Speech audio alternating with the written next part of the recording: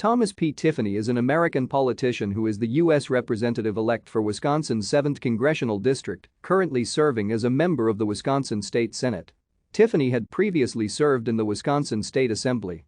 Tiffany was elected to represent Wisconsin's 7th Congressional District in 2020, defeating Democrat Tricia Zunker in a May special election.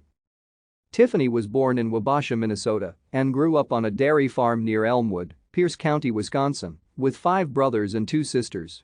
He graduated from Elmwood High School in 1976 and earned his BS from the University of Wisconsin-River Falls in 1980 with a degree in agricultural economics. Tiffany managed the petroleum division of a farm cooperative in Plainview, Minnesota, before moving to Minocqua, Wisconsin, to manage Zunker Oil Company's petroleum distribution in 1988.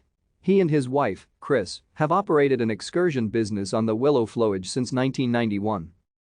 Tiffany served as the town supervisor of Little Rice, Wisconsin, from 2009 through 2013 and as an appointed member of the Oneida County Economic Development Corporation.